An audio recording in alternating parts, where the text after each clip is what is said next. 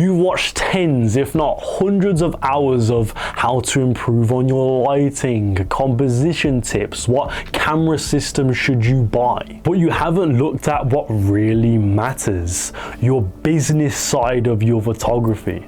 The truth is that influencer photographers you see online that take amazing photos can tell you how to compose your image, how to color grade, how to use Lightroom, but could never give you advice about how to land clients and turn this into your dream business. And because of that, you're lost. I know so many photographers that own a bunch of gear and take amazing photos, but they're flat broke. They don't land any clients. You've focused so much on your gear and your technical skills as a photographer that you're stuck. You're still working your 9-to-5 job and your camera gear is collecting dust. I used to be in a very similar situation to you until I made these 3 changes. Now I found myself running my dream business, landing regular clients and creating work I'm truly proud of. So in this video, I'm going to tell you those exact changes so you can get on the right track and land your next few paying clients as a portrait photographer.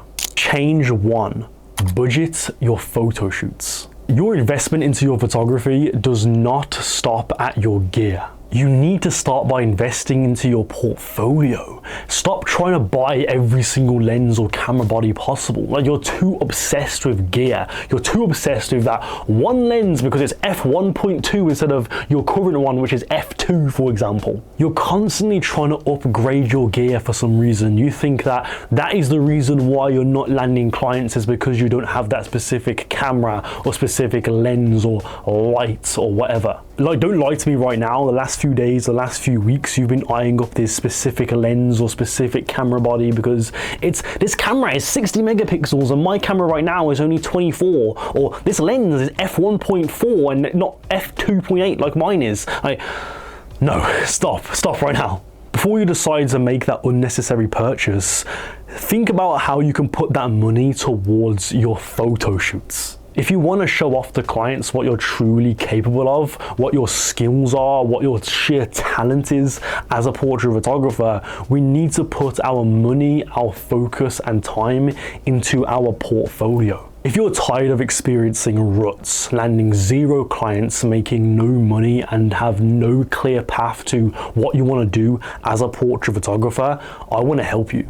The Portfolio Mastery course in the top link below is my personal blueprint to helping you land your next few paying clients and eventually turn this into your dream business. I give you clear action steps no matter your experience level, so if you want to check it out, then click the top link below in the description. The truth is, clients don't care about your gear. They don't care what camera system that you use, what lenses that you have. They just care about the results and the product that you can provide to them. Saying that you have this lens that is f1.2 or this really expensive camera body isn't going to convince them. Putting money towards your photo shoots is what is going to take you to that next level. So what do you do when you put money towards your shoots? How do you spend it accordingly? What can you buy essentially? Well, first thing that comes to mind, studio bookings. If you're a studio photographer and want to use a studio, that is going to cost you money. You need to put money towards a studio booking. Stuff like film, if you shoot on film. I personally shoot on film to get the scans developed and all that type of stuff. I pay for that. Even more intricate stuff that isn't to do with your photography specifically, like styling, for example. Maybe you want to give a budget to the stylist that you work with to get a really professional outfit together. Like, you'd be surprised how really good styling can really elevate your photos. It can also be stuff like renting equipment too, renting different camera bodies and lenses. Like,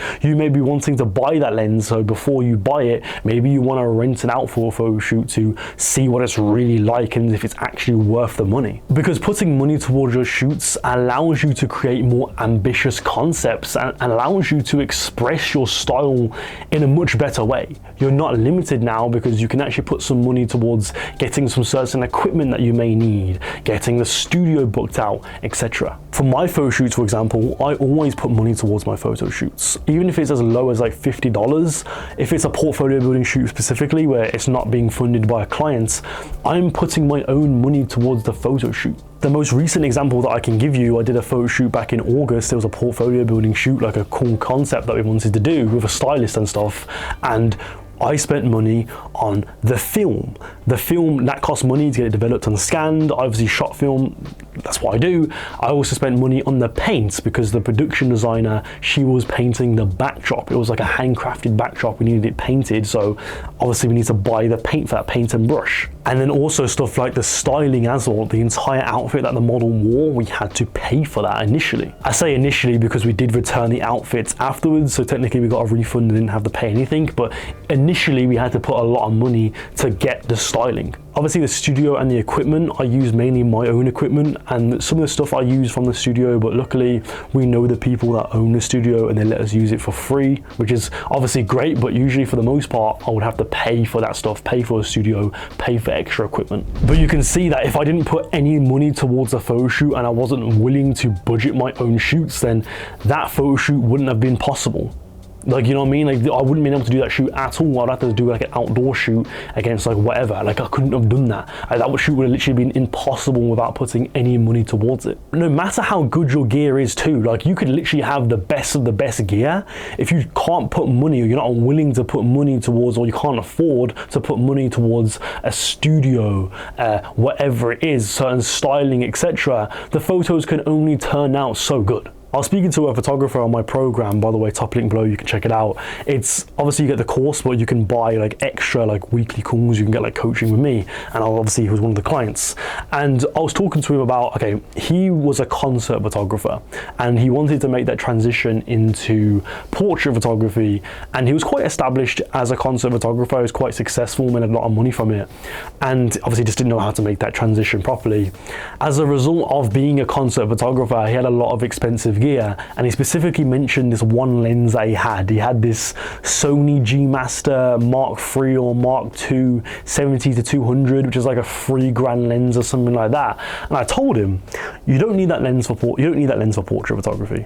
First thing first, you do not need that. It's overkill. Like, you do not need that. Like, there's actually no way you could justify needing that. Especially him too, he wanted to go into like this kind of similar stuff that I do with like studio work, streetwear, sportswear brands, etc. So like, you do not need that lens, right? So I told him, sell that lens for obviously use, so sell it for like $2,000, just under $2,000, and with the rest of that money, either A, use that money to buy a lens that it would actually be good for portraits, but most likely he already owned a lens that was already good for that, because that wasn't the only lens he had. So instead, get that lens, get the money from that lens, and then use that money to fund photo shoots. Like for me, in the last year, like from January to now, November of 2025, I've spent over, let's say like 1.5K on photo shoots. Probably a bit less than that, to be honest with you, but I'll just say 1.5K. And I've done countless portfolio building shoots from that amount of money, and very ambitious concepts as well. And also I feel like I'm an exception too, because I shot on film, and film is very expensive. Like, shooting film alone brings up the budget by like at least $100 to $50 to $100, just shooting film alone. Even if it's gonna be like an outdoor shoot and it's not a paid location, just shooting film alone is bringing it up by like at least $50. So my photo shoots already naturally are gonna be super expensive, yet I've been able to fund so many photo shoots for the last year with that amount of money. And you might be thinking to yourself like, oh my God, that's a lot of money, why would you do that? When it's like, they have turned out, I've made my money back easily from that money that I invested in those photo shoots, from those photo shoots. Like, people have hired me because of a specific collaborative shoot that I did, the shoot that I funded myself. Like, I've got this Canon R6 with a 24-70. I actually bought the 24-70 like last year, or like late last year. The EF version, EF 24-70 if it focuses, EF 24-70 Canon, right? And I could have got the RF version. RF version was about $1,000 more expensive, and I could have afforded it. I could have been like, yeah, I could have got that. But imagine I bought that and had zero money left over for my photo shoots. I would not be in the same position I am right now. I wouldn't be making the same amount of money because of that. So simply because I bought a bit of a cheaper lens and invested the rest of the money into a year's worth of photo shoots, I'm in a much better position in my business. And the reason why you're not landing clients right now is because you made that dumb decision. You made the decision of like, I can afford it, so I'm gonna get the RF version, or I'm gonna get the G Master version of that lens and spend like an extra $2,000 or an extra $1,000 on it. When it's like, you don't even need it. This 24-70 is perfectly fine.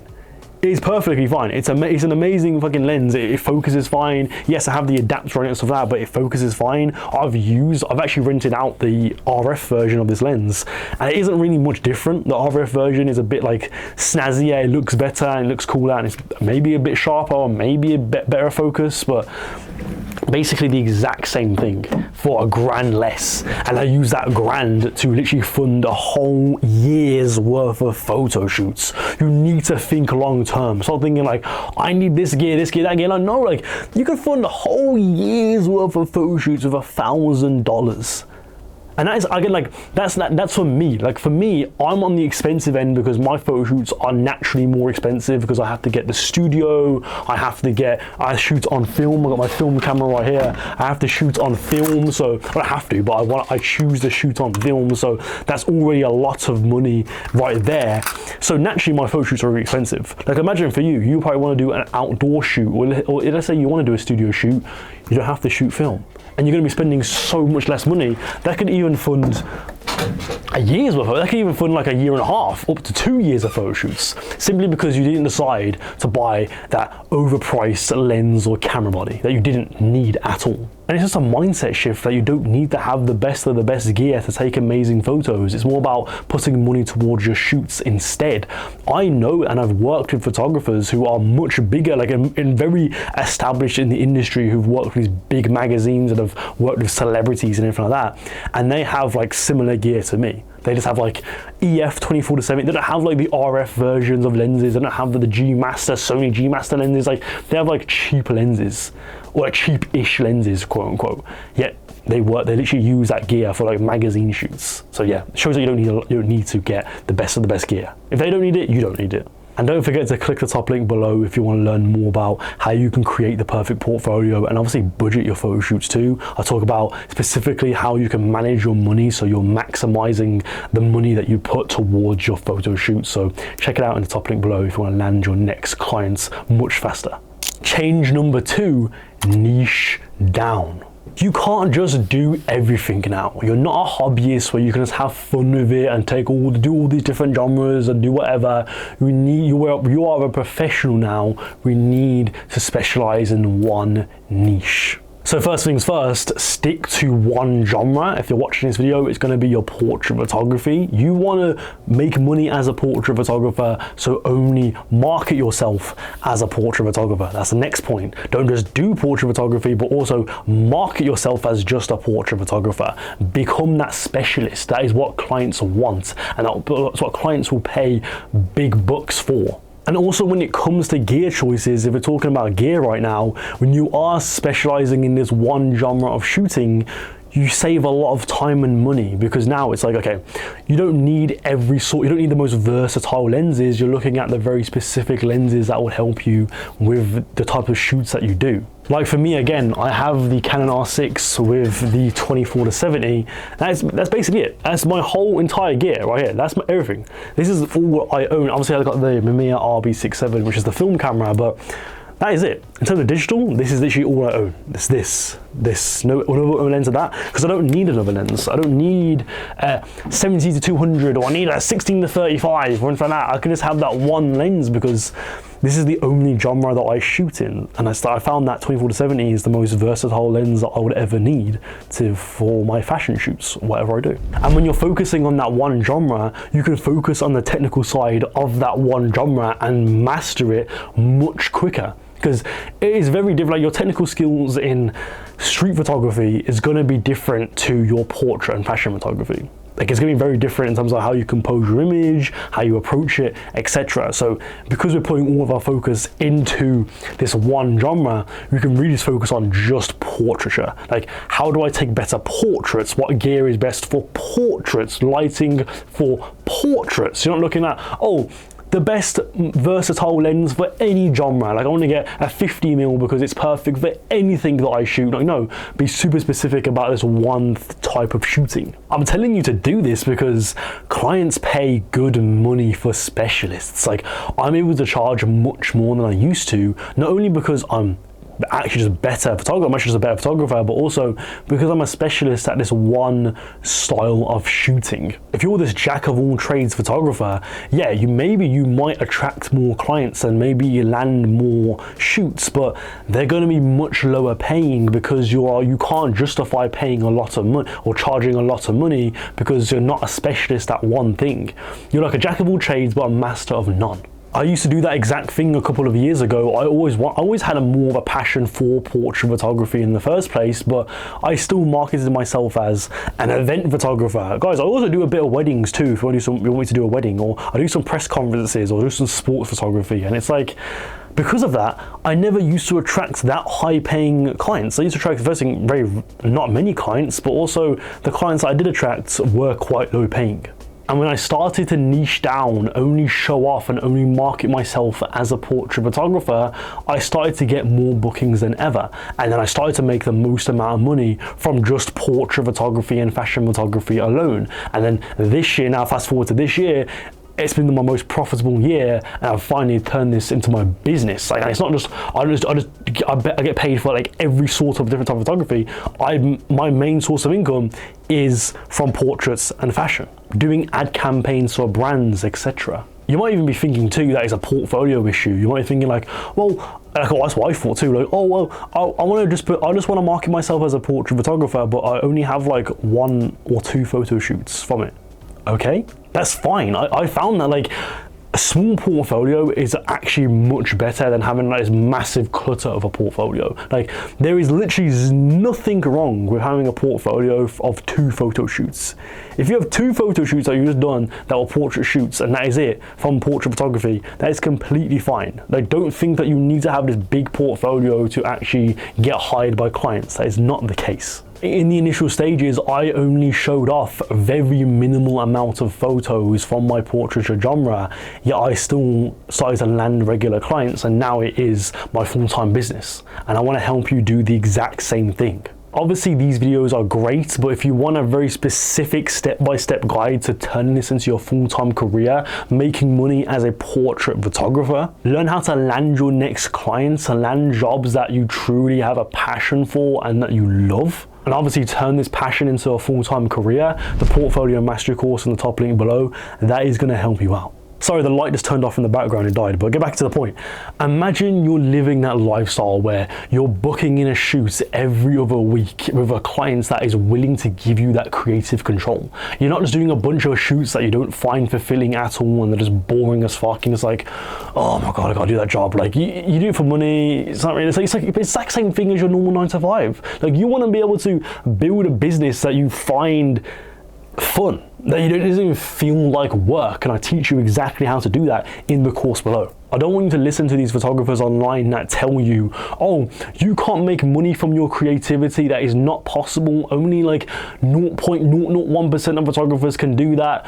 Do not think that, because it's possible, and I'm going to tell you exactly how to do so, how I've been able to do it. There's already people on the program that are making serious progress. They have jobs, they have very minimal free time just like you, yet they're still able to land regular clients, or they're just slowly building it up, and I can say with confidence that if they keep on the right track, they will turn that into their full-time career. So if you want to check it out, then click the top link below in the description. And finally, change-free Genius Shoots. Now that you're niching down and that you're budgeting your photo shoots, we need to look at how can we improve as a photographer without worrying about our technical skills. You want to start by doing Genius Shoots. So Genius Shoots are a term that I've coined on this channel, and it's where you plan, budget, and source a team.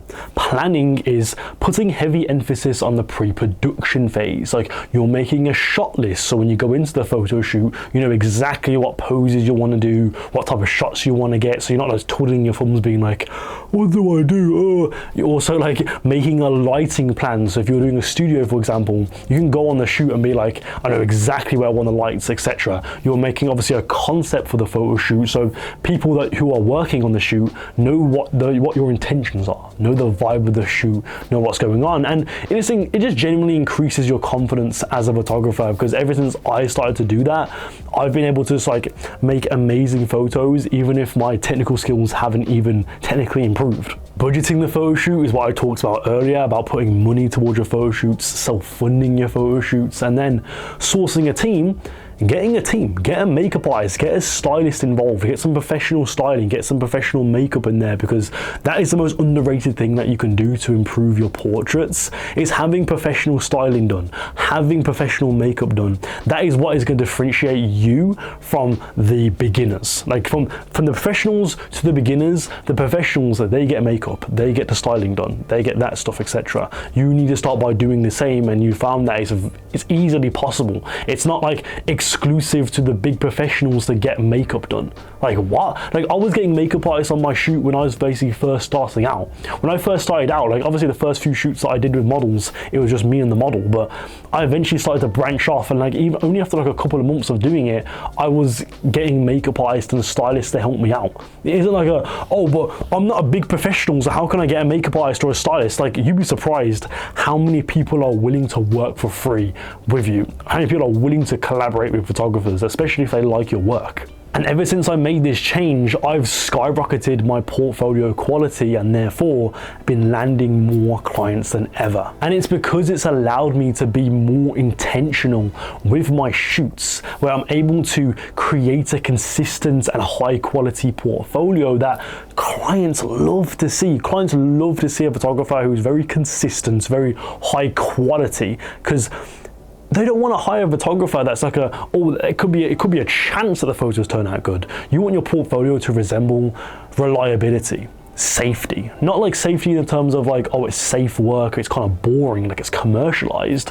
but safe in the terms of like your work, every shoot that you show on your portfolio is so good that like I have full confidence if I was to hire you that the photos that I get out of it would be sick. And clients pay top dollar for that. They pay top dollar for that safety, for that reliability. And you'll need to do the same if you want to land regular clients like I do. And you might be wondering, like, how do I do that? Like, again, like I mentioned one more time, the Portfolio Mastery course on the top link below is going to tell you exactly how to do that. You can see the modules on the screen right now. I show you how you can create the perfect portfolio. I look over stuff like if you get client inquiries, how do you price yourself? I tell you exactly what you need to do to price yourself, when to give out your pricing, how to invoice your clients, like little stuff like that no one really teaches you online.